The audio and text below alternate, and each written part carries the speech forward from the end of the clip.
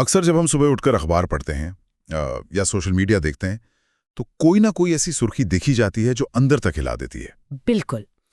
ऐसी खबरें जहां दफ्तर में बॉस के लगातार दबाव ने किसी कर्मचारी की जान ले ली हो। हाँ, या फिर ससुराल वालों के तानों और झगड़ों से तंग आकर किसी ने मौत को गले लगा लिया हो। और जब भी ऐसी कोई दर्दनाक खबर सामने आती है ना, तो समाज का जो गुस्सा है, जो जन भावनाएं हैं, वो तुरंत भड़क उठती हैं। सही बात है।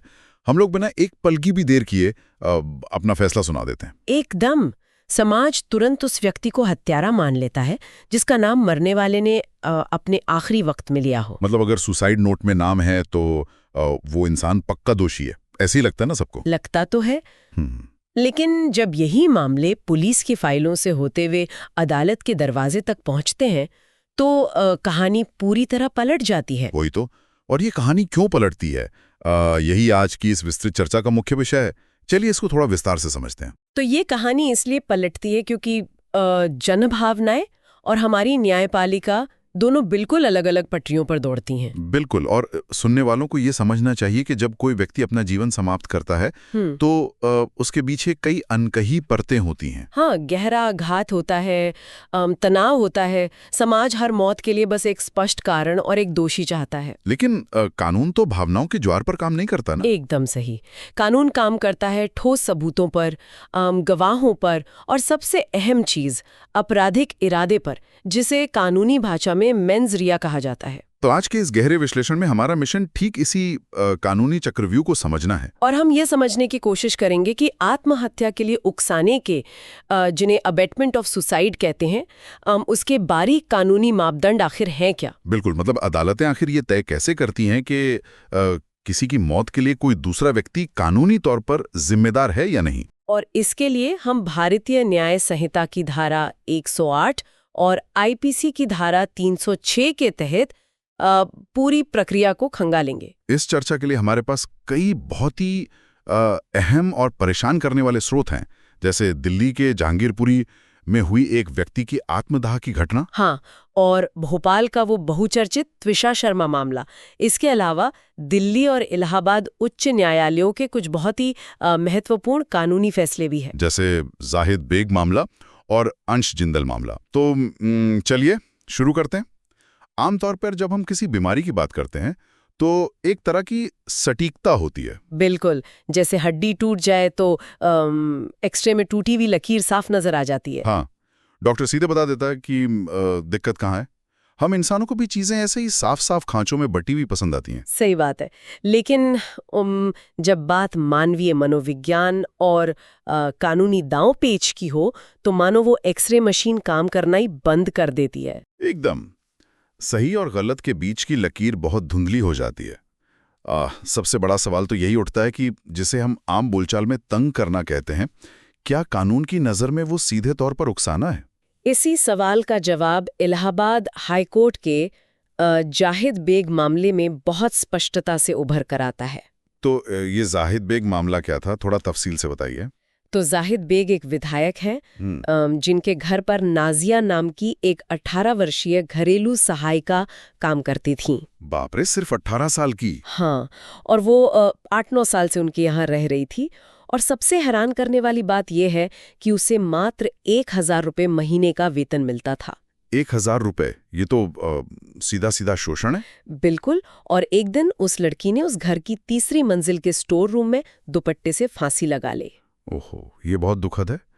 मैंने स्रोतों में पढ़ा था कि इस मामले में मोनी नाम की एक और गवाह भी थी ना? हाँ, मोनी बे वहीं काम करती थी और उसका बयान सामने आया था कि काम के भारी दबाव के चलते उन दोनों को अक्सर डांटा जाता था। अच्छा। हाँ, और कभी-कभी तो थप्पड़ भी मारा जाता था। नाजिया ने मरने से कुछ दिन पहले ये भी कहा था कि वो वहां से भागना चाहती है। तो अगर कोई आम इंसान इसे पढ़े तो उसे लगेगा कि ये तो साफ तौर पर कार्यस्थल के उत्पीड़न का मामला है। देखने में तो बिल्कुल ऐसा ही लगता है। मतलब लगातार डांटना, मारना और दबाव बनाना, यही तो उकसाना है ना? या सबसे हैरान करने वाली बात यह है कि अदालत इस नजरिए को सिरे से खारिज कर देती है। अच्छा, अदालत ने इसे खारिज कर दिया? हाँ, अदालत के अनुसार कार्यस्थल पर काम का दबाव डालना या काम ठीक से ना करने पर डांटना, फटकारना कानूनी तौर पर उकसाने की परिभाषा में फिट नहीं बैठता। ये तो बहुत अजीब बात है। मतलब फिर कानूनी परिभाषा है क्या? ये व्याख्या तो बहुत ही अजीब है। ये तो कुछ ऐसा हुआ जैसे किसी व्यक्ति को पहाड़ के किनारे खड़ा करके लगातार उससे बहस करना। हाँ, सही कह रहे हैं आप। मतलब उसे डराना, उसका मानसिक शोषण करना, जिससे उसका संतुलन बिगड़ जाए और वो खाई में गिर जाए। हाँ, बिल्कुल। और फिर कानून कहे कि हमने तो सिर्फ बहस की थी, पहाड़ से धक्का थोड़ी दिया था, ये तो बेतुका है। सुनने में बेतुका लगता है, लेकिन कानून की अपनी सीमाएं हैं। क्या उकसाने की ये सख्त कानूनी परिभाषा कार्यस्थल के जहरीले माहौल को, मतलब एक टॉक्सिक वर्कप्लेस को कानूनी सुरक्षा नहीं दे रही है? यह आपत्ति स्वाभाविक है और सच कहूं तो ये आपराधिक कानून की सबसे बड़ी नैतिक दुविधाओं में से एक है। तो फिर अदालतें ऐसे मामलों को देखती कैसे हैं? देखिए, न्यायपालिका को एक वस्तुनिष्ठ मापदंड पर काम करना होता है।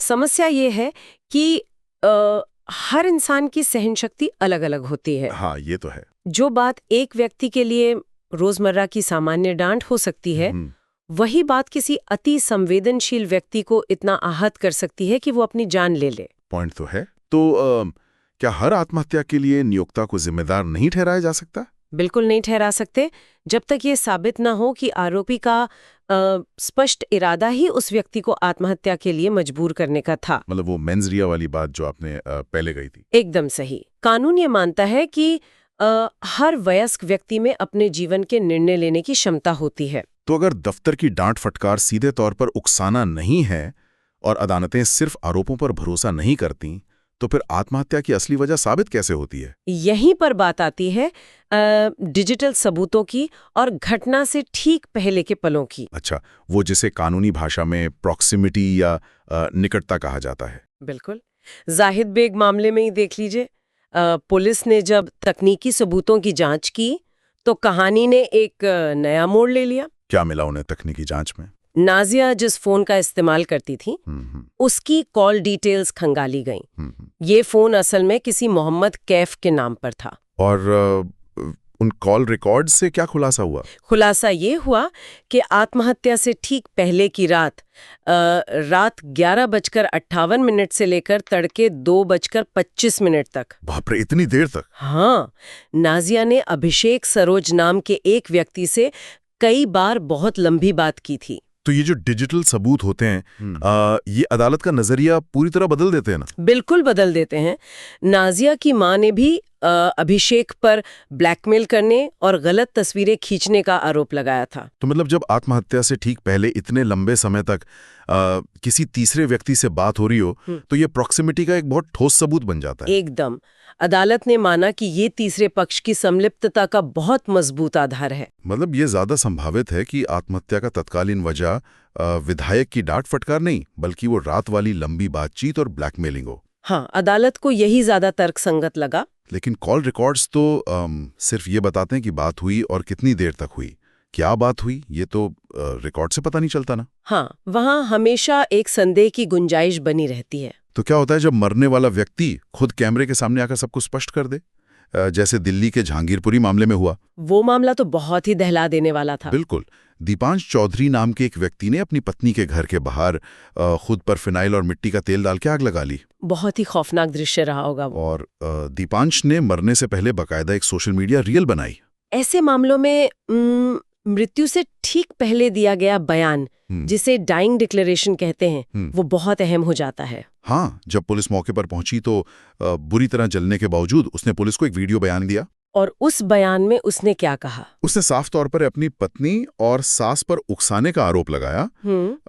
यहाँ तक कहा कि उन्होंने आग लगाने में उसकी मदद की। अच्छा। हालांकि इस विवाद की जड़ ये थी कि दीपांश ने खुद को एक IFS अधिकारी बताकर शादी की थी, जबकि वो असल में एक कैब ड्राइवर था। तो ये तो धोखाधड़ी का मामला भी था। लेकिन इस तरह के वीडियो बयान अभियोजन पक्ष के लिए एक बहुत ही मजबूत शुरुआती आधार बनते हैं। मतलब अदालत ऐसे वीडियो को बहुत गंभीरता से लेती है। बिल्कुल। कानून में एक बहुत पुरानी धारणा है कि मृत्युशैया पर पड़ा व्यक्ति कभी झूठ नहीं बोलता। हाँ, क्योंकि उसे भगवान के पास जाना होता है। हाँ, ऐसा मानते हैं लोग। सही कहा। जब कोई व्यक्ति अपने आखिरी पलों में सीधे तौर पर किसी का नाम लेता है तो पुलिस के पास मुकदमा दर्ज करने का पर्याप्त आधार होता है। और आज के दौर में तो सिर्फ वीडियो ही नहीं, हाँ। व्हाट्सएप मैसेज भी कहानी के अहम गवाह बन रहे हैं। बिल्कुल, आजकल हर कोई व्हाट्सएप पर ही तो बात करता है। जैसे भोपाल के त्विषा शर्मा मामले को ले लीजिए, हमने वहां डिजिटल सबूतों का एक अलग ही रूप देखा। हाँ, वो सीसीटीवी फुटेज वाला मामला ना। हाँ, वहां सीसीटीवी फुटेज सामने आई जिसमें त्विषा का पति समर्थ सिंह उसे सीढ़ियों से नीचे लाते हुए और सीपीआर देते हुए दिख रहा है। अब आप देखिए, वो फुटेज अपने आप में एक विरोधाभास पैदा करती है। वो कैसे? मतलब अगर कोई व्यक्ति किसी को मरने के लिए उकसा रहा है तो वो उसे बचाने के लिए सीपीआर क्यों देगा?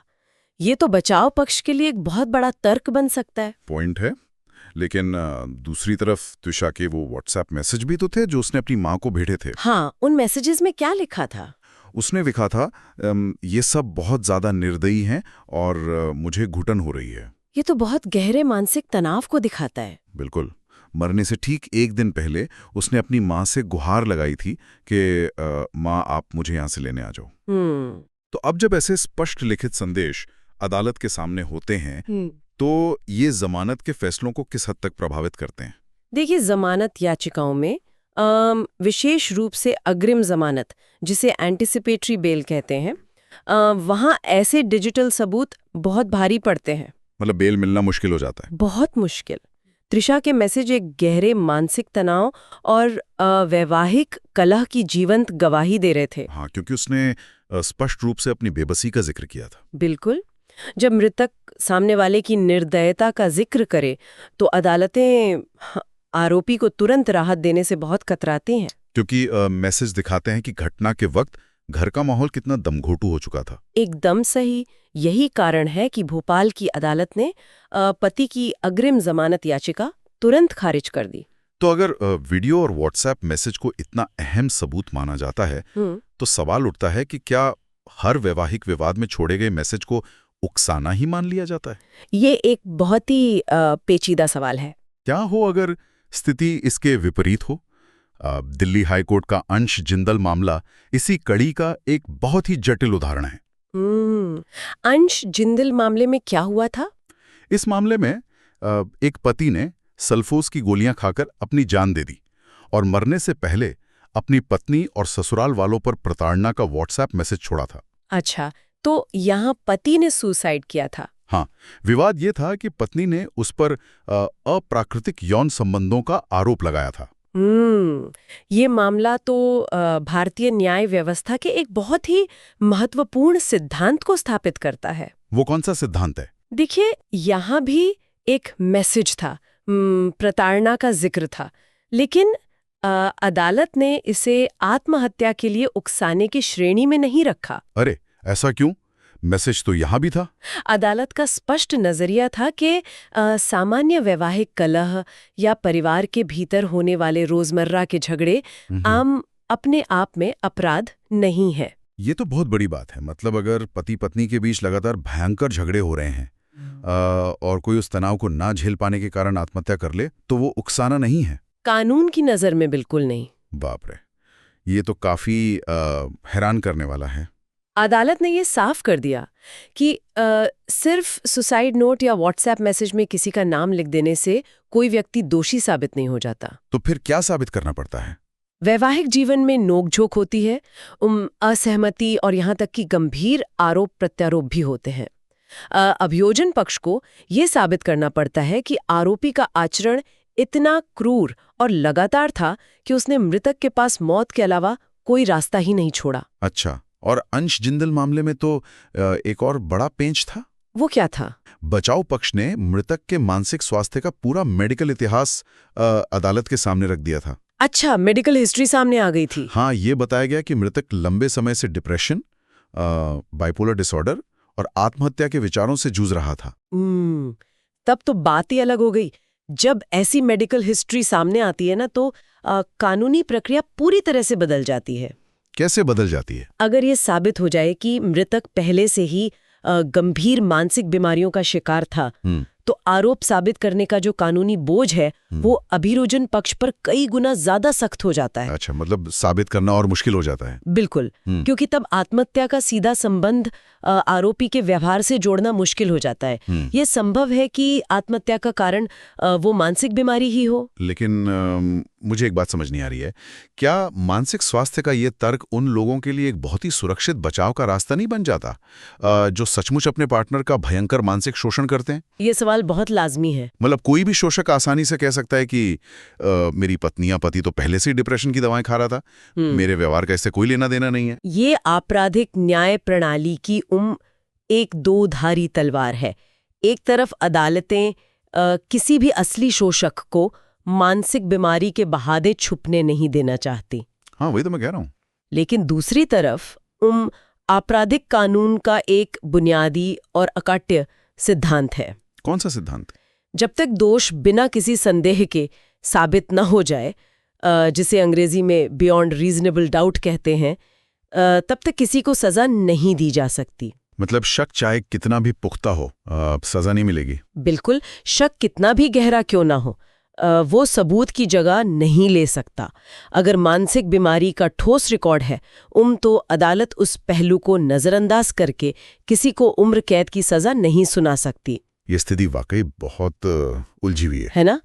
कानून हमेशा बीच का रास्ता निकालता है। और जब वैवाहिक विवादों की बात आती है तो अक्सर ये सिर्फ पति पत्नी तक तो सीमित रहता नहीं है। बिल्कुल, भारतीय समाज में शादी तो दो परिवारों के बीच होती है। हाँ, और जब शादी टूटती है तो मुकदमे भी पूरे परिवार पर लादे जाते हैं। हमने देखा है कि दूर के रिश्तेदार जो शायद दूसरे शहर में रहते हों, उनका नाम भी एफआईआर में दर्ज हो जाता है।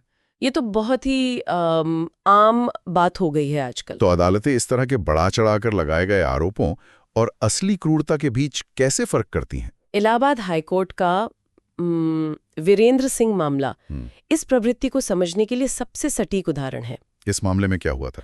ये दहेज प्रताड़ना यानी धारा 498A और हत्या के प्रयास यानी धारा 307 का मामला था।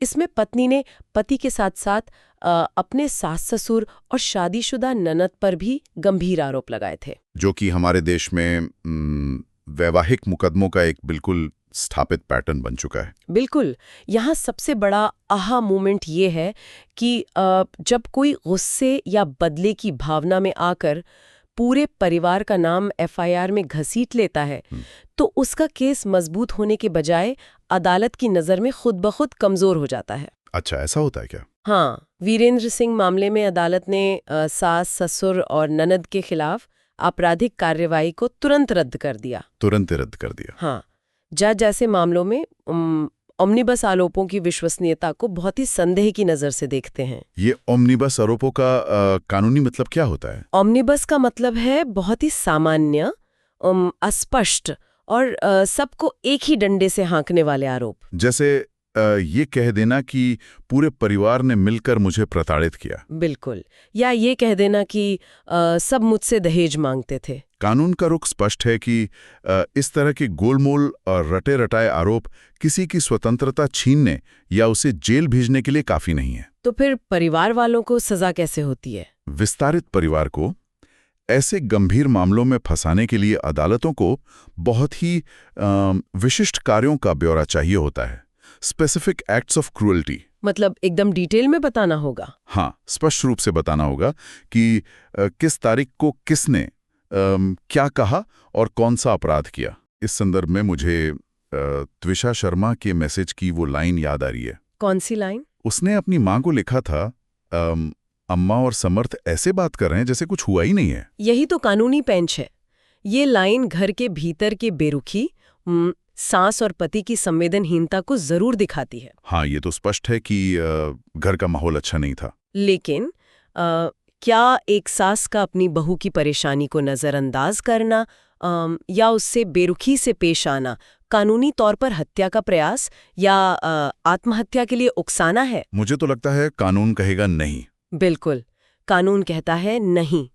अगर हम इसको बड़ी तस्वीर से जोड़कर देखें तो आपराधिक न्याय व्यवस्था का मुख्य उद्देश्य निर्दोषों को बचाना है। भले ही इसके लिए सबूतों की कसौटी कितनी भी कड़ी क्यों ना करनी पड़े। एकदम सही। अदालतों का ये स्पष्ट मानना है कि वैवाहिक विवाद की आड़ में पूरे परिवार पर दबाव बनाने या उन्हें ब्लैकमेल करने की जो प्रवृत्ति बढ़ी है, उस पर हर हाल में लगाम लगनी चाहिए। तो आज के इस पूरे विस्तृत विश्लेषण का अगर हम सार निकालें तो तस्वीर काफी हद तक साफ हो जाती है। बिल्कुल साफ हो जाती है। चाहे वो कार्यस्थल का तनाव हो या घर की चारदीवारी के भीतर का वैवाहिक विवाद, आम बोलचाल के तंग करने और कानूनी रूप से आपराधिक उकसाने के बीच एक बहुत ही बारीक लेकिन लोहे जैसी मजबूत कानूनी लकीर है। और वो लकीर आपराधिक इरादे यानी मेंजरिया और घटना की निकटता से खींची जाती है। डिजिटल सबूत जैसे व्हाट्सएप चैट, कॉल रिकॉर्ड्स और वीडियो रील्स आज के समय में न्याय प्रणाली का एक अभिन्न अंग बन चुके हैं। हाँ, क्योंकि वे अदालत को उस खास पल की तस्वीर दिखाते हैं जब पीड़ित सबसे ज्यादा तनाव में था। लेकिन केवल एक व्हाट्सएप मैसेज में किसी का नाम टाइप कर देने या किसी वीडियो में रोते हुए आरोप लगा देने भर से अदालतें तब तक किसी को दोषी नहीं मानती जब तक कि आरोपी की सक्रिय और क्रूर भूमिका ठोस सबूतों के साथ साबित ना हो जाए। सही बात है। आज की इस चर्चा से ये समझना जरूरी है कि जब भी अखबारों में या सोशल मीडिया फीड पर कोई ऐसी दर्दनाक खबर वायरल होती है तो भावनाओं के ज्वार में बहकर तुरंत किसी को अपराधी घोषित कर देना सही नहीं है। बिल्कुल, क्योंकि कानूनी प्रक्रिया सतही आक्रोश पर नहीं बल्कि बहुत ही गहरी वस्तुनिष्ठ और सबूतों पर आधारित जांच पर निर्भर करती है। एकदम। लेकिन इस चर्चा को खत्म करने से पहले एक ऐसा विचार सामने आता है जो भविष्य की न्याय व्यवस्था पर बहुत बड़े सवाल खड़े करता है। वो कौन सा विचार है? आज हमने देखा कि कैसे व्हाट्सएप मैसेज और वीडियो रील्स मरने वाले के आखिरी पलों के सबसे बड़े गवाह बन रहे हैं। हाँ। और अदालतें इन पर बहुत हद तक निर्भर भी हैं। हाँ, डिजिटल फुटप्रिंट्स आज के समय में बहुत अहम है। लेकिन जरा सोच कर देखिए कि हम किस तकनीकी युग में प्रवेश कर रहे हैं। आज डीप फेक और आर्टिफिशियल इंटेलिजेंस का दौर है। ओहो, ये तो बहुत ही डरावना पहलू है। बिल्कुल। कोई भी व्यक्ति अपने कमरे में बैठकर किसी दूसरे व्यक्ति की आवाज का हूबहू क्लोन बना सकता है या चेहरे को बदलकर एक ऐसा फर्जी वीडियो तैयार कर सकता है जो बिल्कुल असली लगे। हाँ, एआई से तो आज कुछ भी मुमकिन है। तो क्या आने वाले भविष्य में ये उन्नत तकनीक अदालतों के लिए ये तय करना पूरी तरह से असंभव नहीं बना देगी कि आत्महत्या से पहले व्यक्ति की असली मानसिक स्थिति क्या थी? ये तो बहुत ही सोचने वाली बात है। जब मरने वाले का आखिरी वीडियो या वॉइस नोट एआई द्वारा जनरेट किया गया हो सकता है, तो अदालतें सच और फरेब के बीच कैसे फर्क करेंगी? ये तो पूरी न्याय प्रणाली के लिए एक बहुत बड़ा झटका हो सकता है। जब सबूतों के डिजिटल पदचिन्हों को ही आसानी से गढ़ा जा सकेगा, तो कानून उस इरादे और उकसावे को कैसे साबित करेगा? सच में भविष्य की न्याय व्यवस्था के लिए ये एक बहुत बड़ी चुनौती होने वाली है। बिल्कुल। तो सुनने वालों, आज के इस गहरे विश्लेषण में बस इतना ही। हमारे साथ जुड़ने के लिए धन्यवाद।